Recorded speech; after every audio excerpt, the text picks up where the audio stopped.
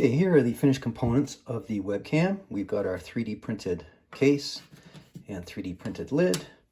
We've got our ruler with the end stop switch on it. And then we've got the ESP32 cam and the circuit for that. So in here we have the pull down resistor for the end stop switch, which plugs in right here. It's wired into the back there. And then we've just got a power switch for turning the circuit off and on. And this is just using an old iPhone charging cable that I took the end off and isolated the positive and negative leads. So it just goes together.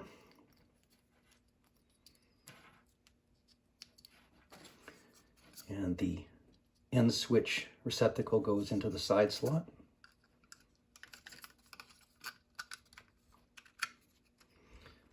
Just slide the power lead down in there and the antenna in there. Slide the switch in there. It's got a bit of foam to hold it snug against the front so that it doesn't wobble. And on the lid, I just had to cut out that little edge of the lip around the outside so it would fit the switch. Snaps together quite nicely. And then for the ruler with the end stop, I just drilled a couple of holes in the bottom of the ruler, passed through some single conductor wire and looped it through the switch, and we're good to go. And then there's just a couple of positive terminal strip leads there that plug the switch into the side of the webcam. I've mounted the webcam in a very inexpensive little smartphone camera mount adapter for a tripod. Works really well. So here we have the ruler.